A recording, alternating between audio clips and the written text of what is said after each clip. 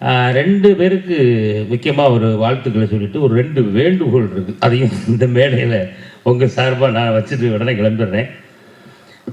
முதல் வாழ்த்து யாருக்கு அப்படின்னு சொன்னால், இப்போ இந்த படத்தை அவர் அழகாக நம்ம ஆதவன் சொன்னார், இந்த எடிட் பண்ணியிருக்காரு பாருங்கள், அவர் எடிட்டருக்கு நம்ம எல்லோரும் ஒரு வாட்டி கைகளை தட்டி வாழ்த்துக்களை சொல்லிடுறோம்.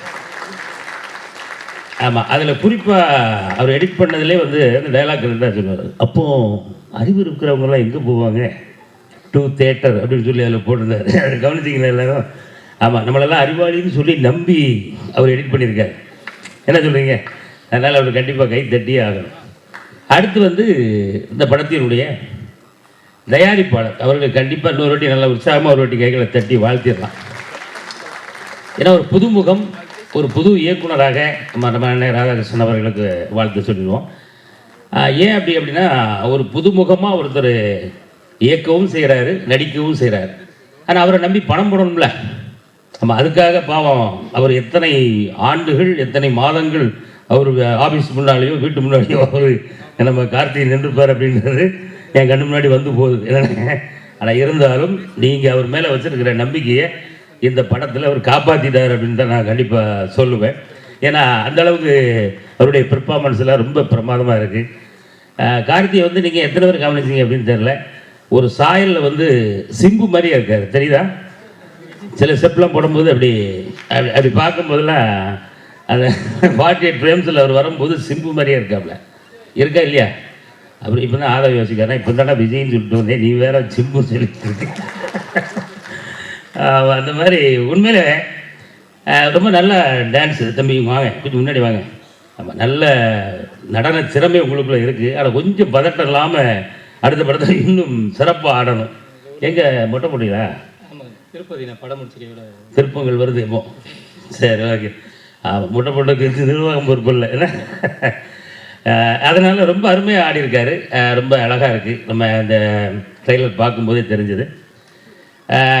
உண்மையிலே இந்த படம் வந்து மிகப்பெரிய வெற்றி பெறணும் அப்படின்றத இந்த நேரத்தில் நம்ம எல்லாருடைய சார்பாகவும் இதன் மூலம் நிறைய சம்பாதிக்கணும். ஐயா ராதாகிருஷ்ணன் அவர்கள் இதே போல் தொடர்ந்து கார்த்திகை அவர்களுக்கு நிறைய திரைப்படங்கள் வாய்ப்பு கொடுக்கணும். அதில் இங்கே இருக்கக்கூடிய நிறைய மக்களுக்கு வாய்ப்பு கொடுக்கணும் அப்படிங்கிறது இந்த நேரத்தில் ஒரு வேண்டுகோளாக உங்களுக்கு வச்சுக்கிறேன். அப்புறம் இந்த நிகழ்ச்சியினுடைய சூப்பர் ஸ்டார் ஆமாம் எங்கள் ஸ்ரீகாந்த் அண்ணன் மிரட்டி இருக்காப்புல. உண்மையிலே அதாவது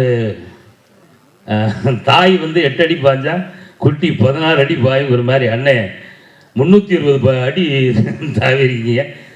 அனைத்து பாடல்களுமே ரொம்ப அருமையாக இருக்குது. அதனால் நம்ம ஐயாவுக்கும் ஒரு வாட்டி நல்ல கைகளை தட்டி வாழ்த்துக்களை சொல்லிடுவோம். அப்புறம் இந்த மேடையில் அமர்ந்திருக்கக்கூடிய அனைத்து அன்பு உள்ளங்களுக்கும் என்னுடைய அன்பா நன்றி. தம்பி கோதை சந்தானம்லாம் எப்போ இறந்து எனக்கு பழக்கம் அப்படின்னா, நம்ம கலக்கப்போவது யாருலேருந்தே எனக்கு பழக்கம்.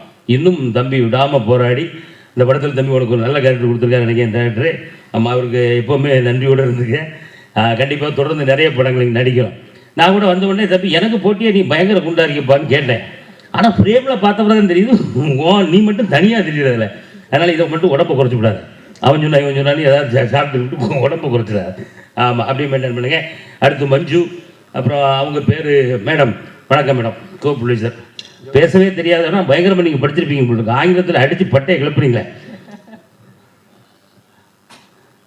நிறைய படிச்சிருக்கீங்களே. சரி, இப்போ இருந்தாலும் பரவாயில்ல, நீங்கள் இங்கிலீஷ் நல்லா பேசுகிறீங்க, உங்களுக்கு வாழ்த்துக்கள். ஆமாம், அடுத்தடுத்து இருக்கக்கூடியவர்கள். அப்புறம் நம்ம நியூஸ் வாசிப்பாளரை நீங்கள் என்ன பெரிய வாசிப்பு, நான்லாம் மிரண்டு ஓடிட்டேன். அவர் ஆதவன் பக்கத்துலேருந்து சொன்னார், அண்ணே இப்போ தான் வணக்கமே சொல்லியிருக்காப்புல, இப்போ தான் பேசவே ஆரம்பிக்காப்புல அப்படின்னாங்க. அவன் அந்த அடுக்கு மொழிகள்லாம் உங்களுக்கு உண்மையிலே நீங்கள் வந்து ஒரு புலவர் மாதிரி புலவி. ஆமாம், இன்றைலேருந்து உங்கள் பேர் என்ன? சௌடாம்பிகாவா? சௌதாமணி. ஆமாம், புலவி சௌதாமணி என்று அழைக்கப்படுவீர்கள் இரவுதான்.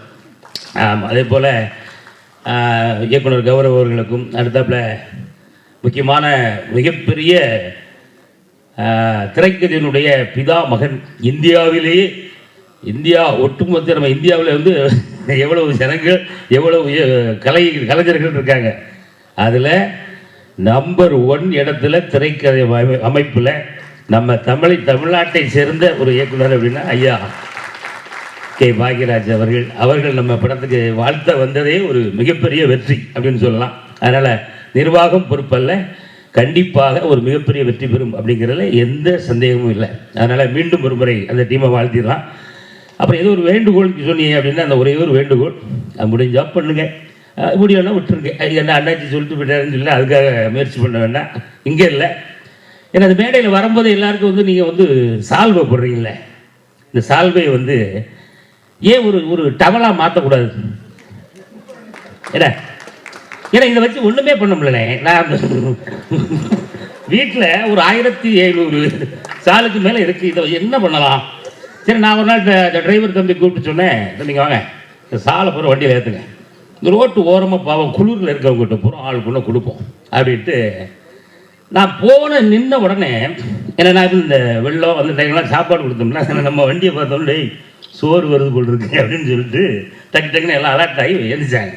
இப்போ நான் சோறுலாம் கிடையாது, கொஞ்சம் இருங்க, அவன் என்கிட்ட சால்வு நிறையா இருக்குது, இந்த குளிர் நேரங்களில் பாவம் நீங்கள் வெளியே படுத்துருக்கீங்களா, அவன் கொஞ்சம் அதுக்காக ஒன்று கொண்டு வந்தேன் அப்படின்னு சாலை வாங்கி ஒரு விரிச்சிட்டு ஒருத்தர் அப்படி பார்க்க, இதை வச்சிங்க அப்படி. அப்போ நான் யோசித்தேன், ஆமாம் இதை வச்சு என்ன பண்ணேன், போச்சுனா ஒரு மாதிரி சிக்கன்னு குத்துதான் உடம்பு போகிறோம். பாவம் அவன் ட்ரெஸ்லாம் வேறு இருக்கா பார்த்தீங்களா. அதனால இது யாருக்கும் கொடுக்கவும் முடியல, நம்ம வீட்டில் யாருக்கும் யூஸ் பண்ணவும் முடியல, ஆனால் பழைய விலைக்கும் போட முடியல, இவ்வளவு பிரச்சனைகள் இருக்குது. அதனால் இந்த சால்வை போடுற இந்த நிகழ்வில் இது அடுத்த படத்திலிருந்து நம்ம இந்த தமிழ் சினிமாவில் தயவு செய்து ஒரு குற்றாலத்து துண்டாவது போடுங்க. ஆமாம், எனக்கும் உதவும், எல்லாருக்கும் உதவும் அப்படின்றத ஒரு அன்பான வேண்டுகோளை வச்சு அடுத்த மேடைகளில், அதாவது வந்து நம்ம நெசவு தொழிலையும் பாதுகாத்த மாதிரி இருக்கும். ஆமாம், இது எல்லாமே வடக்க உள்ள கலாச்சாரம் போல் இருக்கு. இந்த சால்வெல்லாம் எங்கே பின்னுறாங்கன்னு தெரில, ஆனால் நம்ம நெசவுகளையும் காப்பாற்றுவோம், நெசவு தொழிலையும் காப்பாற்றுவோம், எங்களையும் நாங்கள் காப்பாற்றிக்கிடுவோம்னு சொல்லி தயவு செய்து ஒரு டர்க்கி டவல் குறைந்தபட்சம் குற்றாலத்து துண்டையாவது போட்டு, ஆமாம், அடுத்த மேடைகளிலிருந்து இப்படி ஒரு அற்புதமான விஷயத்தை ஆரம்பித்து வைங்க அப்படின்றத உங்களுடைய அன்பு வேண்டுகோளை ஏற்று மீண்டும் நிர்வாகம் பொறுப்பில்லை, மிகப்பெரிய வெற்றி பெற வேண்டும். துண்டு கேட்டதுக்கும் இந்த நிர்வாகம் பொறுப்பில்லை அப்படிங்கிறத அன்போடு கேட்டு வாழ்த்தி விடைபெறுகிறேன். நன்றி, வணக்கம்.